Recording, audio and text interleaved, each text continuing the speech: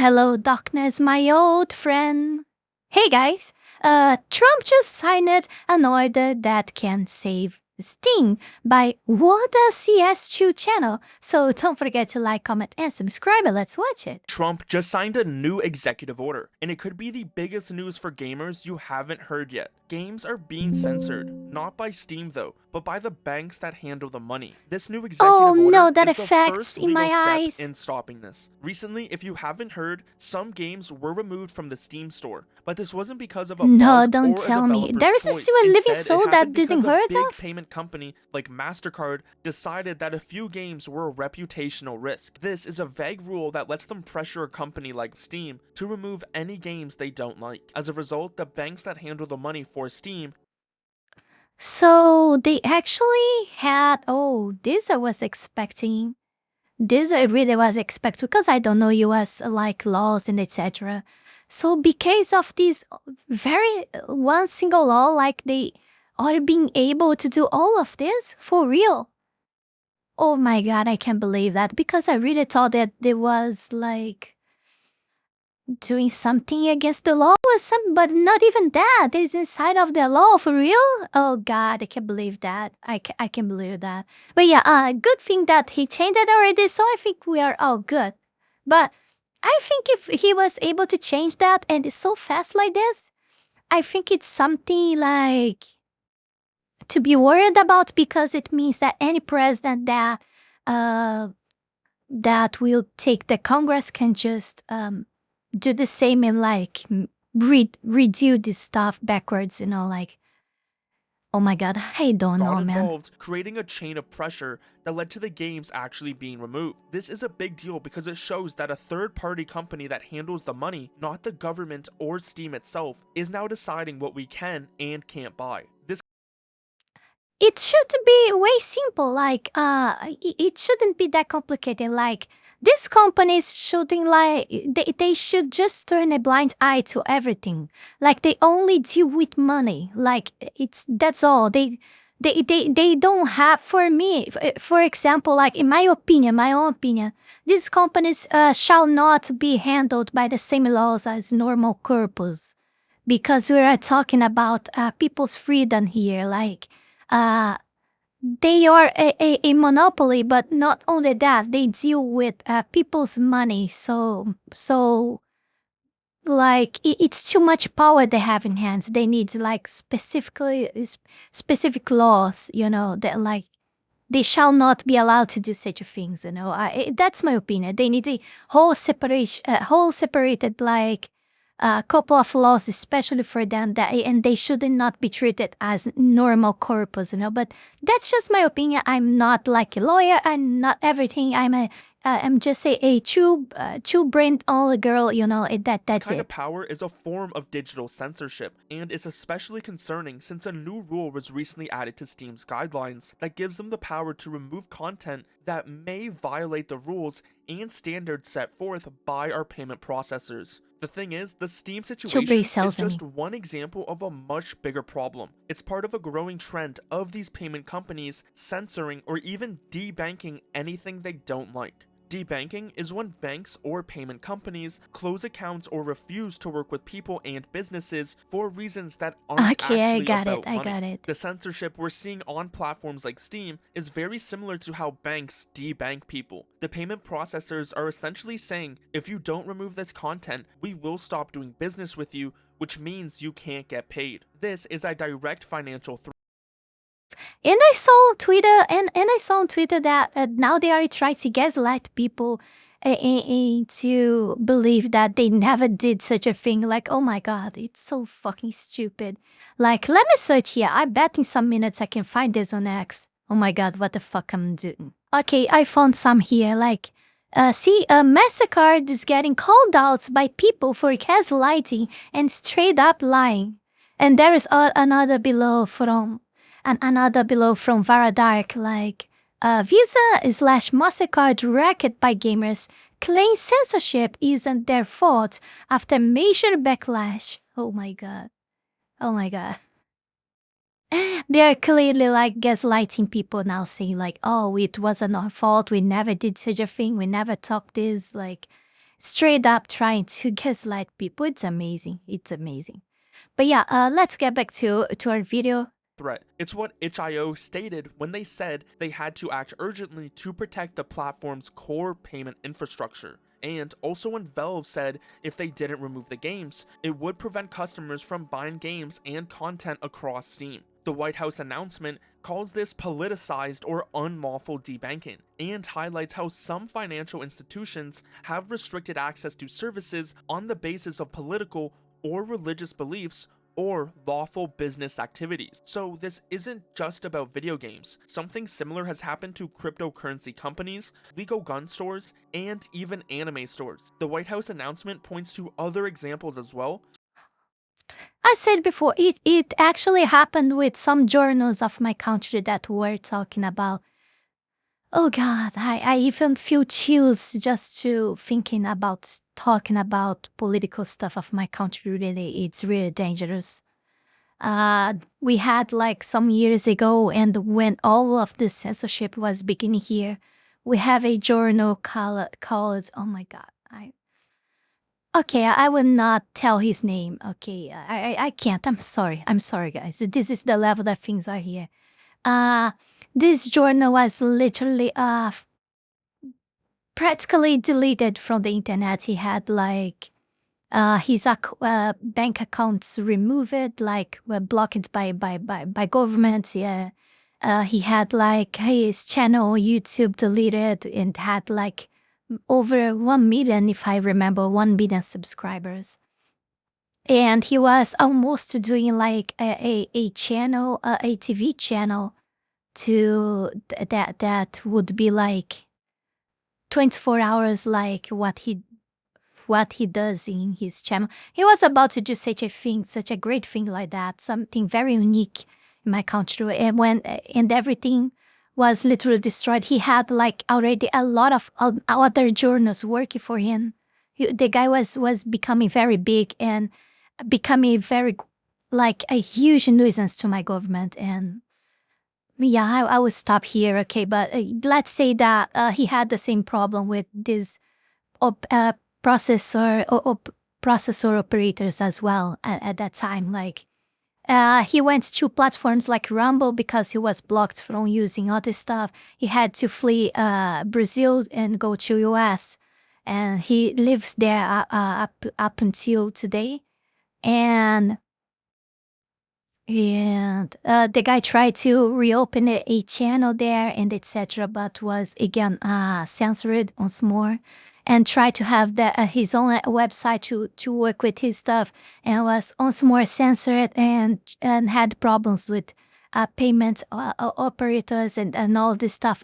Sites refused to work with him because they were being like the same thing that's happened now. They were being threatened by payment operators to not working with them, to refuse working with him, to allow them to use his service, or they would be punished by these operators. It was a long time ago. I think it was like 4 years, 5 years ago. I'm not sure. Okay, I'm not sure. Just take all of what I said with a grain of salt. This is just from my imagination, okay? This never happened. This is just a random story of a mind of a crazy person, okay? Okay? Such as when federal regulators suggested banks flag individuals who made transactions related to companies like Cabela's and Bass Pro Shop. These payment networks are essentially the roads of the digital economy. By controlling these roads, these companies can stop anyone they disagree with from doing business, even if they haven't broken any real laws. So to fight back against this, President Trump has signed a new executive order called Guaranteeing Fair Banking for All Americans. This is a direct response to what the president's office calls systemic abuses by financial institutions that undermine free expression and economic opportunity. This new rule tells federal groups that watch over banks to stop using vague reasons like reputational risk in their guidance and manuals. The order is specific, stating that regulators must remove the use of reputational risk or equivalent concepts that could result in politicized or unlawful debanking. From now on, banks must make their decisions based on clear financial reasons. The order also directs federal banking regulators Yes, to as they review were banks for any supposed to. past or current policies that encourage politicized or unlawful debanking and to take action, including charging a fine. The ultimate goal of this order, as stated by the White House, is to ensure that no American should be denied access to financial services because of their beliefs, affiliations, or political views. This is meant to prevent any financial unfair treatment and give fair access to banking for all legal businesses and people. So how does this new order connect directly to our problem on Steam? This is where the details of how payments work become really important. As Valve confirmed in their response, MasterCard didn't go directly to Valve and tell them to remove the games. MasterCard communicated with acquiring banks. These are the banks that handle the money for businesses like Steam. MasterCard cited one of its rules, Rule 5.12.7, which says that a business can't process transactions that may damage the goodwill of the corporation or reflect negatively on the marks. It's important to know that Visa has a very similar rule, just showing how this is a widespread issue across the payment industry. This is a perfect example of a vague reputational risk clause. MasterCard didn't have to prove the games were illegal, just that they were a risk to their brand. This was in response to a small number of complaints from the activist group Collective Shout. The acquiring banks, fearing that they would lose their partnership with a major payment network, then pressured Valve to remove the games. Valve complied, which is why they weren't fully debanked. So the executive order aims to stop this by forcing financial institutions to justify their decisions based on individual, objective, and risk-based analysis. The key difference is simple. Risk-based analysis is about measurable financial threats. Reputational risk is about feelings and public opinion. The new executive order is designed to stop financial companies from using the second one as an excuse to shut down legal businesses. This could protect game developers from being unfairly censored. So what can we expect now? While this executive order is a major step, it has its limitations. Some might argue that it doesn't mean much because it can't directly regulate companies like MasterCard or Visa. However, the executive order does create a powerful incentive for banks to stop caving to this type of pressure.